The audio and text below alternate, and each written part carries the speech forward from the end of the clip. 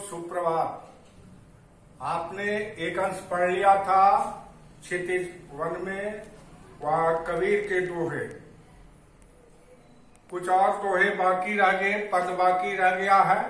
मैं आज कोशिश कर रहा हूं कि इसको पूर्ण करूं।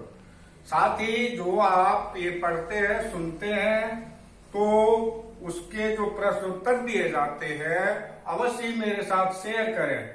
अभी तक आपने जो कबीर के दोहे पढ़े वह उसके ऊपर मैंने प्रश्न दिया हुआ था। अभी उनमें एक आपने लास्टली पढ़ा था, हिंदू हुआ राम कहे, हिंदू मर गया राम कहते, मुसलमान खुदा है, मुसलमान खुदा, खुदा कहते मर गया, कहे कबीर सो जीवता जो तू के निकट न जाए। कबीर दास जी कहते हैं कि वही व्यक्ति जीवित रहता है जो राम रहीम से अलग होता है।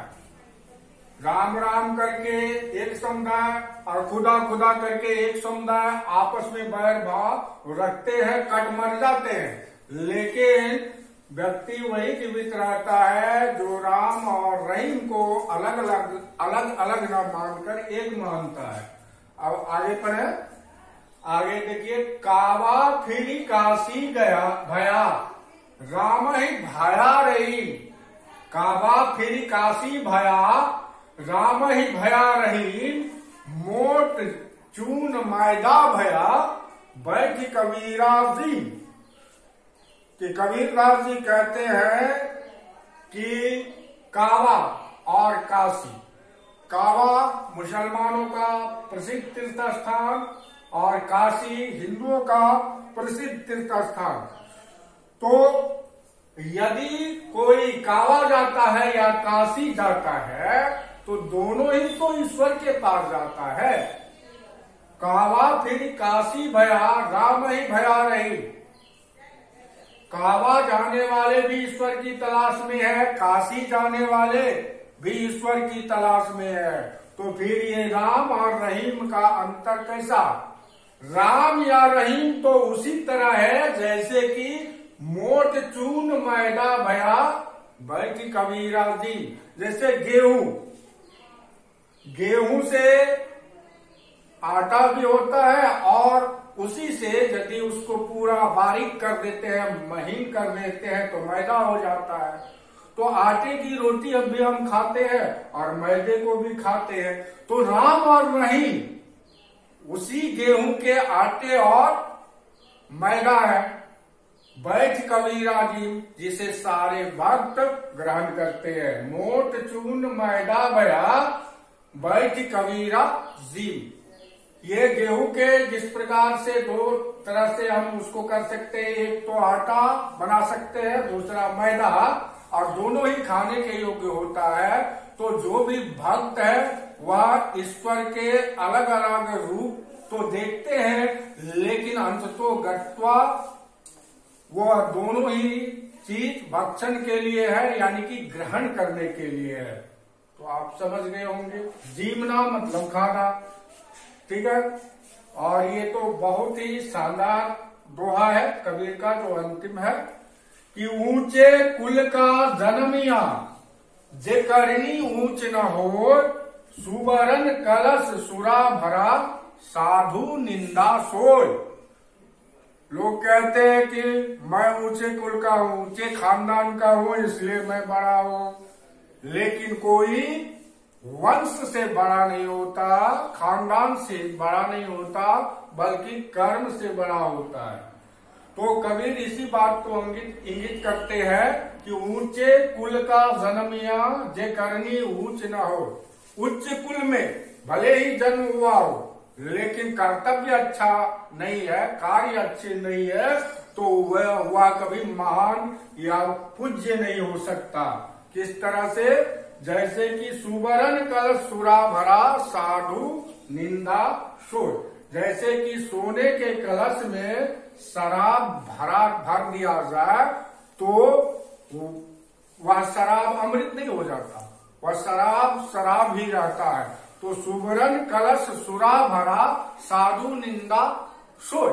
सोने के कलश में यदि शराब भरा है तो वह शराब ही रह जाता है, जिसके पास जो अच्छे व्यक्ति है नहीं जाते हैं उसकी निंदा ही करते हैं। तो इसी तरह यदि आप अच्छे कुल के हैं लेकिन करनी आपकी अच्छी नहीं है तो सभी आपकी निंदा ही करेंगे, आपके पास कोई नहीं जाएंगे। आपकी प्रशंसा तो कर्मों से होती है। तो ठीक है, ये कविता पढ़ लिया, दोहा पढ़ लिया। अब एक पद कबीर का वो बता रहे हैं आप लोगों को। 3 पद है, एक पद आज पढ़ लीजिए, 2 पद फिर अगले वर्ग में कर देंगे। तो इस तरह से आपका जो इस महीने का है अर्थात अप्रैल महीने का पूरा हो जाएगा कोर्स, और थोड़ा व्याकरण भी कर लेंगे। तो यहाँ शब्द मैंने पहले ही बताया कि कबीर के ग्रंथ का नाम है बीजक। बीजक के 3 भाग है, साखी, शब्द और रामायणी। तो साखी के कुछ दोहों का अध्ययन आप लोगों ने किया। अब शब्द अर्थात पद का भी अध्ययन करेंगे। यहाँ जो आपके सामने पद है वह बहुत ही प्रसिद्ध पद है, जिसको कि गीत के रूप में आपने कई बार सुना होगा। अभी ज्ञान के रूप में इसको पढ़ते हैं कि मोको कहाँ ढूंढे बंदे मैं तो तेरे पास में। मोको कहाँ ढूंढे बंदे मैं तो तेरे पास में। कबीर आत्मज्ञानी थे, आत्म तत्व वेत्ता थे। कबीर ईश्वर की स्थिति यहाँ वहां जहां तहां नहीं मानते थे। ईश्वर तो प्रत्येक जीवों के आत्मा में निवास करता है, यही कबीर की मान्यता थी। जीवात्मा में ही परमात्मा है और परमात्मा से ही जीवात्मा है। परमात्मा से ही जीवात्मा है और जीवात्मा में ही परमात्मा है। दोनों में अन्योन्याश्रय संबंध है, दोनों को अलग करके नहीं देखा जा सकता। तो कुछ लोग बाह्याडंबर के कारण यहाँ वहां जहां तहां ईश्वर को खोजते रहते हैं। कोई काशी में खोजते हैं, कोई काबा में खोजते हैं, कोई मक्का में खोजते, कोई मदीना में, कोई देवघर में, कोई हरिद्वार में।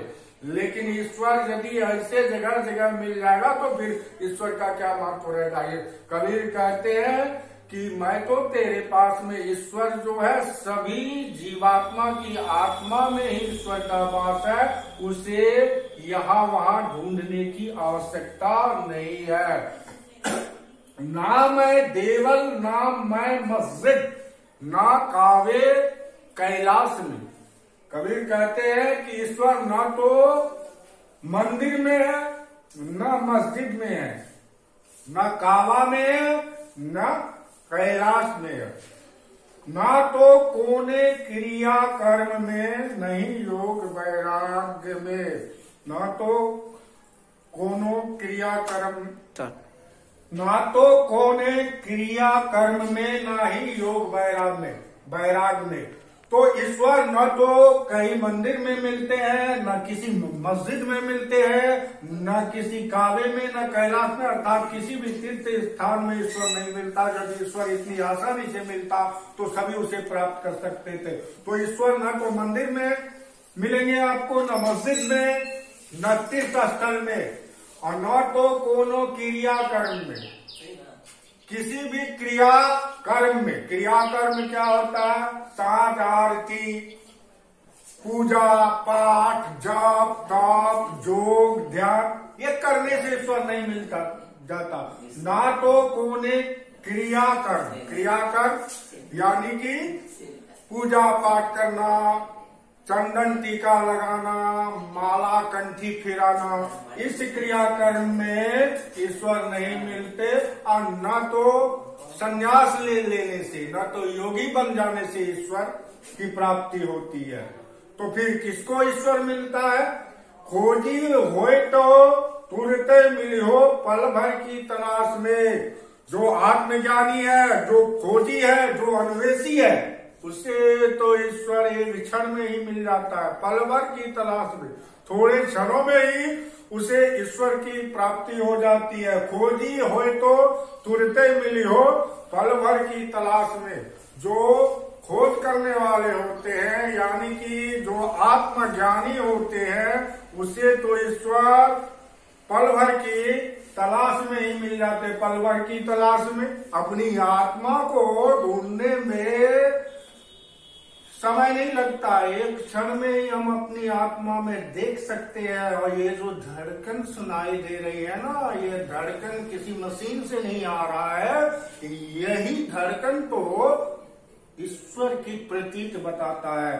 खोजी हो तो तुरत मिल हो, पल भर की तलाश में, कहे कबीर सुनो भाई साधो, सब श्वासों की श्वास में। कबीरदास जी कहते हैं ईश्वर तो जितनी बार हम सांस लेते हैं उसमें ही ईश्वर है, ईश्वर बाहर आपको कहाँ मिलेंगे। तो आप लोगों ने इस पद को पढ़ लिया है, 2 पद और बाकी है। इस पर पहले आप लोग प्रश्नोत्तर हमको दें, सभी इसमें शामिल हुए, ऐसे नहीं कि कुछ लोग अनमने से रहते हैं। सभी प्रश्नोत्तर है, जहां दिक्कत होगी तो फिर तो मैं बता दूंगा। या प्रश्न आप लोगों ने इससे पूर्व में जो देखा था वह यहां तक था 4 तक। 5 नंबर से आप देखेंगे कि अंतिम 2 दोहों के माध्यम से कबीर ने किस तरह की संकीर्णताओं की ओर संकेत किया है। आजकल पूजा पाठ के लिए ढेर सारी संकीर्णताएं हो गई है। धूप दीप तांबूल यथाभाग नैवेद्यानि, मंदिर मस्जिद, कंठी माला, ये सारी संकीर्णता है। तो अंतिम 2 दोहों में के माध्यम से कबीर ने किस तरह की संकीर्णताओं की ओर संकेत किया है। 6ठा नंबर है, किसी भी व्यक्ति की पहचान उसके कुल से होती है या उसके कर्मों से। सही उत्तर दीजिए। अंतिम दोहे में आपने देखा ऊंचे कुल का जन्मिया, उच्च कुल में जन्म होने से कोई बड़ा नहीं होता, बल्कि कर्मों से बड़ा होता है। कैसे कि कर्म ही लोगों को महान बनाता है, कर्म से ही उसकी पहचान होती है। ठीक है, और ये 7 को पहले ही दिया हो गया था। अब शब्द में जो अभी एक शब्द पढ़ा आपने, मोह को कहा ढूंढे बंदे, उसमें 8 नंबर 9 नंबर और 10 नंबर प्रश्न है। तो मनुष्य ईश्वर को कहाँ ढूंढता फिरता है, ये 8 नंबर का प्रश्न है। बहुत ही आसान होगा, पाठ पढ़ेंगे, पाठ सुनेंगे तो आपको उस पर उत्तर मिल जाएगा। 9, कबीर ने ईश्वर प्राप्ति के लिए किन प्रचलित विश्वासों का खंडन किया है। कौन कौन से विश्वास प्रचलित है लोगों में कि विभिन्न प्रकार कि यज्ञादि सामग्रियों को इकट्ठा कर पूजा पाठ करना, मंदिरों में जाना, घंटा बजाना, शंख बजाना, माला फिराना, ये सारे पुराने बाह्य डंबर। इसी के संदर्भ में ये प्रश्न है, आप उसे अपने शब्दों में लिखेंगे। 10, कबीर ने ईश्वर को सब श्वासों की श्वास में क्यों कहा। ईश्वर तो सभी सांसों में है, यदि सांस नहीं रहेगी तो फिर कहा ईश्वर चला जाएगा। तो सब श्वासों की श्वास में क्यों कहा। आशा है आप मनोयोग पूर्वक इसे सुनेंगे और फिर इसका उत्तर आप लिखकर अवश्य मुझसे शेयर करेंगे, और उसके बाद फिर फेयर नोटबुक में इसको उतार लेंगे करेक्ट होने के बाद। तो फिर मिलते हैं अगले वर्ग में, और तब तक के लिए हम आपसे विदा लेते हैं। आपका दिन अच्छा बीते, आप सुख से रहे, प्रसन्न रहे, यही हमारी कामना है। धन्यवाद।